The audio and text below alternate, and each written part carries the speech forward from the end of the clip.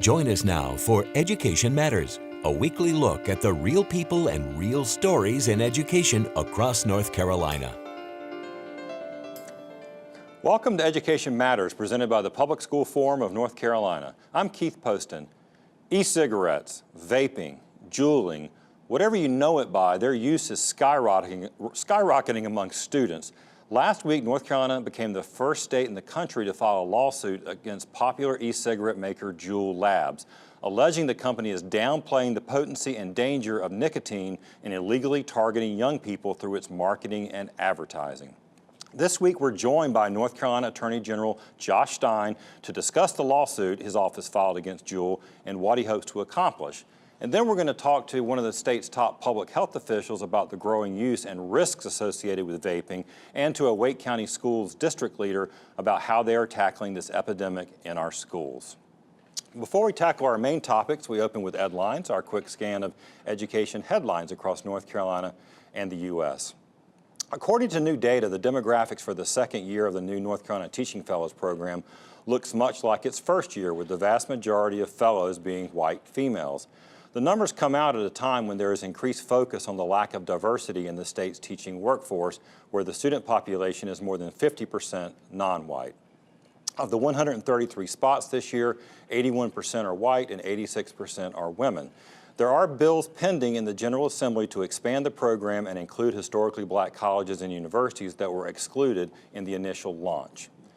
Diversity and equity was in the news in Rockingham County last week as the Rockingham County School Board voted 5-1 to axe grant funding for a school staff equity training and return $16,000 that had been awarded by an area nonprofit. Equity training has been a contentious subject, with some citizens in Rockingham telling the board that diversity training is tantamount to white bashing. Endorsed by the State Board of Education as good practice, equity training is nearly universal in school systems across the state and the nation. Finally, one of the state's 2 virtual charter schools has been granted permission by the State Board of Education to sever ties with its national for-profit manager. North Carolina Connections Academy has been managed by Pearson Online and Blended Learning, part of the international company Pearson that publishes textbooks and sells a wide range of education products. The state board said the school will get sharp state scrutiny as it transitions to becoming a locally operated online school. Remember, you can visit the Public School Forum's website at ncforum.org, click on Education Matters, and read more about each of these headlines, as well as all the topics we cover each week.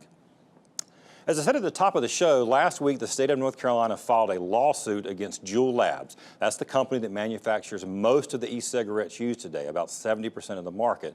The Attorney General of North Carolina, Josh Stein, is joining us today to talk about it. Thanks so much for joining us on Education Matters. Keith, thanks for having me. Absolutely. Well, let's talk about the lawsuit. Yeah. Why did you take the step, the very first country to do so, to sue Juul Labs? I went to Sewell Elementary School in Chapel Hill. I sued Juul Labs to protect North Carolina's kids, because this is a company, it's actually 75% they control of this e-cigarette market, and it has become an epidemic in our schools. I have 2 high schoolers. If the people watching the show have any knowledge of anybody in middle school or high school, ask them, do their friends vape? And you will hear an astonishing report, because if you go to any high school bathroom, there's going to be vapor happening between classes. It has become an epidemic. This word, by the way, isn't my word. It's the Trump administration's FDA commissioner and U.S. Surgeon General. This use has skyrocketed, an increase in the last year of about 80% for high school students and 40 or 50% in middle schools. And we cannot have another generation of young people addicted to nicotine. We've had an incredible gain in public health in that the percentage of kids who smoke has dramatically declined over the last 20 years. And we've lost all of those gains in the last 3 years because of Juul. And that's your primary focus from reading over your lawsuit is focused on how they market and sell to minors. Correct. Is that the reason why this lawsuit was brought? From the very design of the product, its intent was to appeal to young people, including minors. Here's a Juul. A lot of people hadn't seen one yet. It actually has a way to connect to a USB port. It looks like a USB port. So parents see this in their kids' backpacks, do not even know what it is. So they made it look cool and hip. They use flavors that appeal to kids, dessert and fruit flavored, cool cucumber, mango, creme brulee. And then they actually alter the nicotine so that it goes down more smoothly to a virgin smoker's throat, which is entirely meant, they say it's about moving people who smoke to another product, but why would you make it so that it appeals to people who haven't smoked before? And in fact, the packaging says, if it's too hard, just keep trying because there's a perfect puff for you. It's all about hooking a new generation. Yeah, and then you mentioned about when I remember first hearing about these products, I don't know, a decade ago, it was about a safer alternative to smoking. It was a smoking cessation tool, but it looks like not only, like you said, it's hard to think about. I don't think the Marlboro man is looking for the creme brulee smoke, but the facts are very sobering. Teens aged 15 to 17 are more likely to use Juul than what they say that their targeted demographic is, which is over 25. That's exactly right. Their growth is all among kids. They've seeded essentially a disease among children, and it's just spread of its own accord. But it didn't happen by accident. They actually went on to social media sites that they know teens use, hired media influencers who have huge teen audiences, and essentially propagated that this is what a cool high schooler does. We were just talking a minute ago that the last episode of Game of Thrones, there's this meme of Sophie Turner, one of the leading young actresses on the show, and she's vaping and she tweets at Juul. There was a study this week that showed that nearly half of all Juul Twitter followers are minors. They know this, and that's what they're using to spread this disease. Do you believe Juul and other e-cigarette manufacturers are trying to get young people addicted to nicotine? What they're trying to do today, I can't speak. But what they have done, this company is only about 3.5 years old. It's a brand spanking new company. Doing pretty well, though. But it's worth $40 billion, and they have just taken over middle schools and high schools across this country. They have engaged in aggressive marketing and sales practices to appeal to young people, including minors. They can't do that. They can't create this virus that spreads among young people. Now today say, oh, we're only using old actors and we're only telling people to use it in this way. They've already created the problem, and they have to pay for those consequences because we have a ton, thousands of young people at risk of addiction to nicotine, which I know you're going to be talking with some public health folks later, but it's incredibly dangerous to alter the brain of a teenager and foster addiction. Puts them at incredible risk of addiction to other things like methamphetamine, cocaine, alcohol, tobacco. Well, okay, so you obviously we are going to talk to someone from North Carolina Public Health in a little bit, but you obviously consulted some experts before you made take this in. Do you believe these products are dangerous? Absolutely, they're dangerous. Yeah. We've seen some research that came out of UNC and Chapel Hill and Duke that showed that the flavors themselves, as you just mentioned, all the ones, that it's those chemicals and those flavors, maybe not even necessarily the nicotine, that also we don't really know sort of what the effect is on lungs. Basically, any person who's out there juuling or vaping is a guinea pig because we have no idea what the long-term health effects are.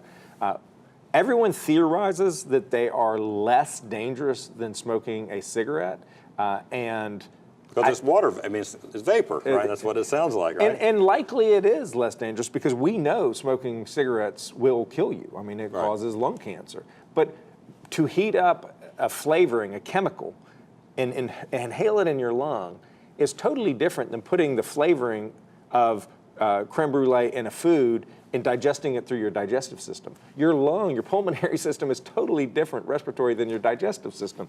And so we truly have no idea what the long-term effects are, but we know that nicotine leads to addiction. A lot of people think there's no nicotine in this. Right. This is more intense than smoking a cigarette in terms of the nicotine. So it's much more likely. So there's actually, I think I read, I don't have the data in front of me, like how many packs of cigarettes of nicotine are in those, like one cartridge. One of the things we were claiming in our complaint is they say that a cartridge is equal to a pack of cigarettes. But the studies show that a person who consumes it gets 30 to 100% more nicotine from a Juul than they do from a pack of cigarettes. So they're misrepresenting how intense and how addictive they are, and that's illegal. All right, so let me ask you, let's shift gears just a little bit. How do you balance as the state's Attorney General between sort of appropriate regulation, appropriate, legal action versus sort of overreach into what maybe some might call like a nanny state? And I was thinking back when, Mayor Bloomberg in New York wanted to ban big gulps because it was unhealthy. I mean, you think this was, is this an appropriate sort of, how do you draw the line as the Attorney General? Sure. Well, the way I draw the line is this is a new product that was designed, marketed, and sold intentionally to young people, including minors, that has incredible long-term health risks with absolutely no health benefit to a first-time user. There's nothing good about this if you haven't been smoking cigarettes before. So I want to protect North Carolina's kids, and if we don't get ahead of this, we have increased, like I said, 80% from last year to this year.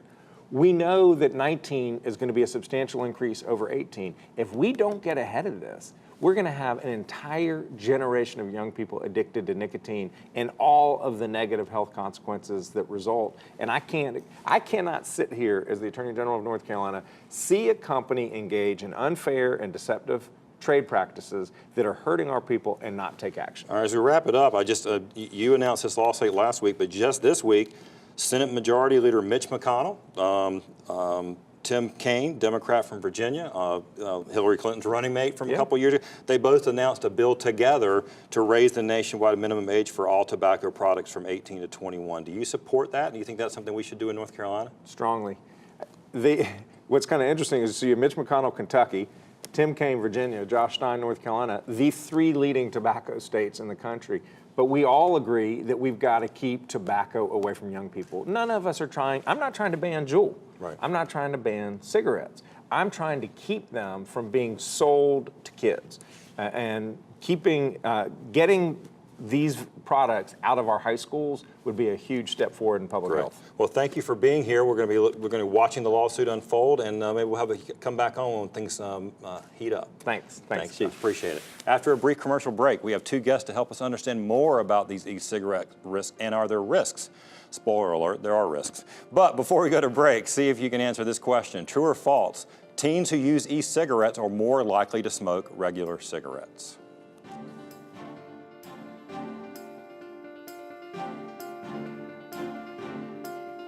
Education Matters is brought to you each week in part by Paragon Bank, serving others, enriching lives.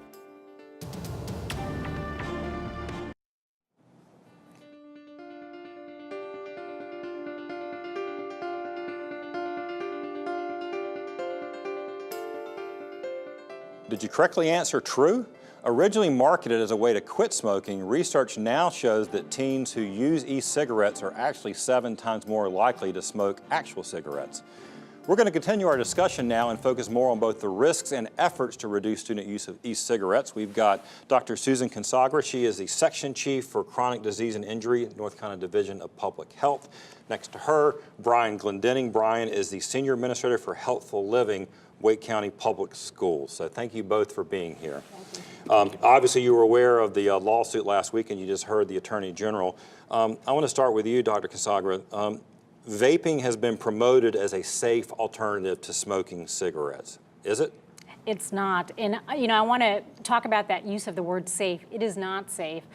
E-cigarettes have harms. And I know many times there is a misconception that there is harmless water vapor in e-cigarettes, and that's absolutely not true.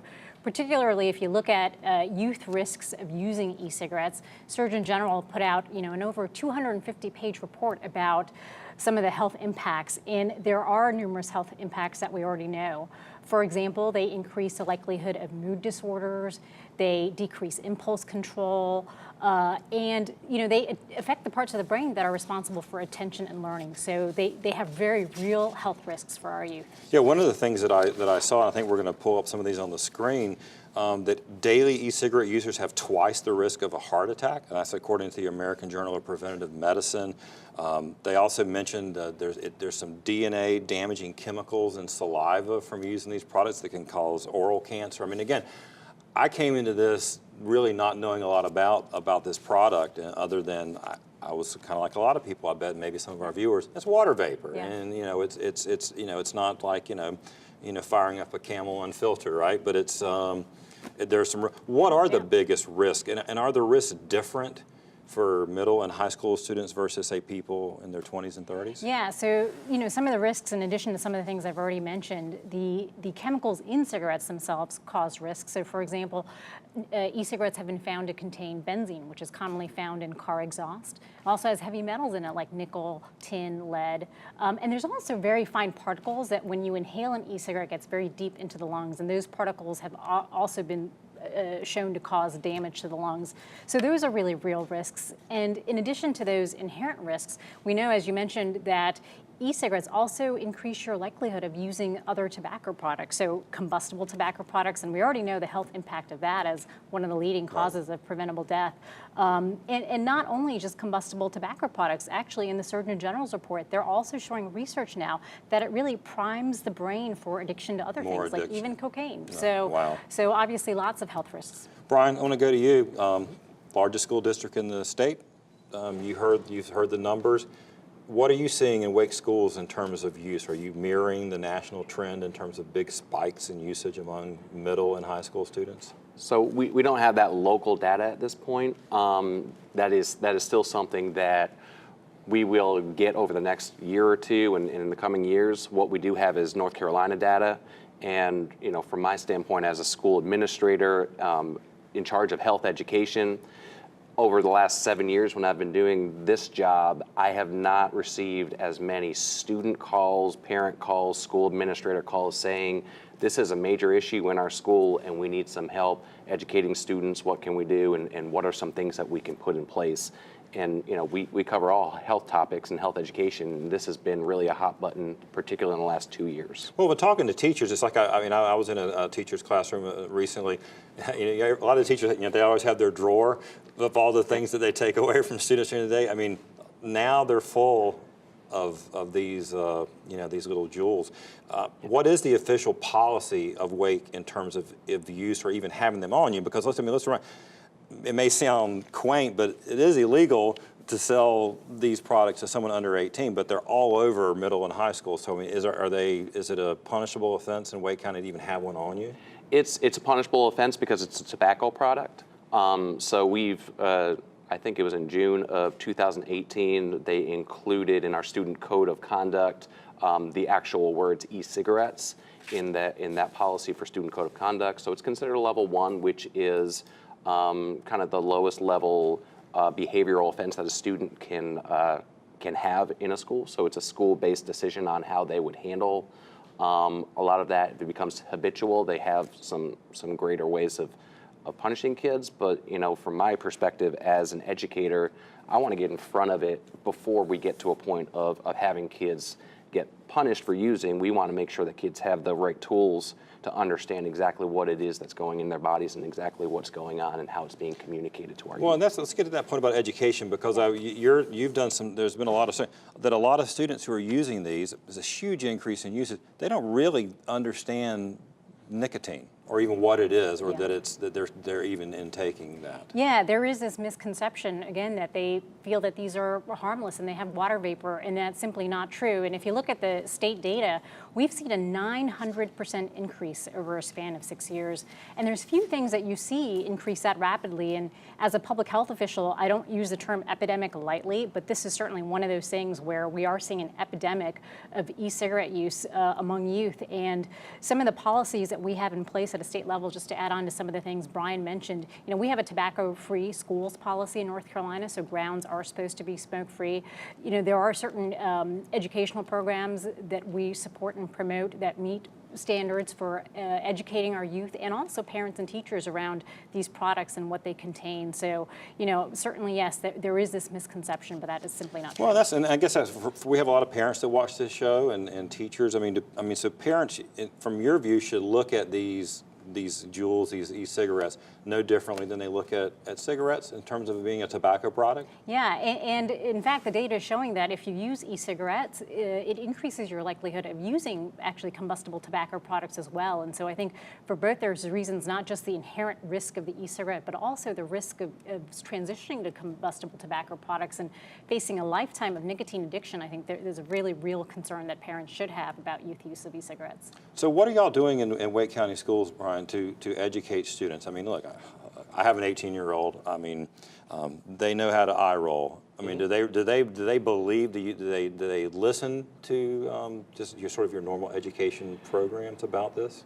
I mean, it's a fine line to walk. So, you know, I think that a teenager's ability to sniff out something that doesn't seem like the complete factual evidence for something is very high. So we like to try to make sure that we represent everything with something that is either a CDC or Department of Health and Human Services or something that is scientifically based information when it's in the classroom. One thing that we've been able to find is we have a lot of student advocates in high schools across our school district, and they have been very vocal. They've gone to our school board, they've come to our school health advisory council meetings. They are interested in their own personal health and the health of their peers, and I think that using them as a sounding board and allowing them to create public services in their school and beyond their school is a really important piece to this. It's not just a classroom piece. It needs to start in the classroom, but these things are happening beyond the school building as well. We want to make sure we're protecting kids. Quickly, last word from you, Dr. Consagra. Is this a health crisis among students? It is a health crisis, and as I said, I don't use the term epidemic lightly, and this is an epidemic. You know, that lifetime of nicotine addiction carries very real risks, and we have really outdone 3 to 4 decades of tobacco prevention in the span of a few years, and so, you know, we're already behind, and we really need to be out front. Great, very good. Well, thank you both for being here, helping us understand. I learned a lot. I hope our viewers did too, and we're going to continue to watch and to watch the lawsuit, but also what's happening here at the state. So thanks so much. Great, thank you. After the break, this week's final word.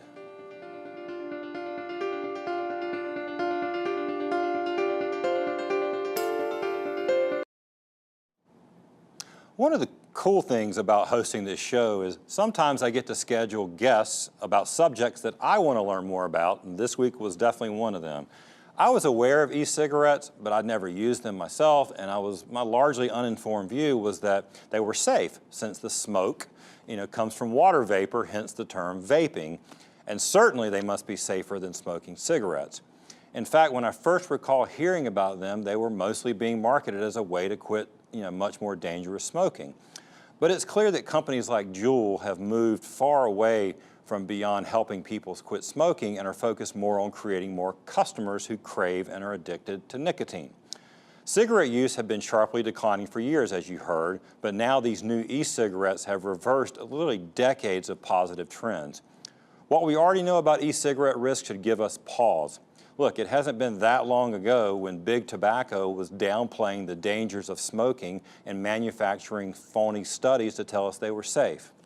Now, I lost my grandfather and my father to smoking-related illnesses and complications, so I'm not an unbiased observer, but I was also a smoker for 10 years, and I liked smoking, and I didn't like being scolded about it, particularly not by the government. Now, I think Attorney General Stein is right to focus on young people where the health risks are greater and before a lifetime addiction starts. And he's right to hold companies accountable to tell the truth. They have a vested interest in making money from their products, and so we need to hold them accountable to make sure that we understand what their products are and what they're doing to our young people. That's it for this week's show. Thanks for watching, and we'll see you next week.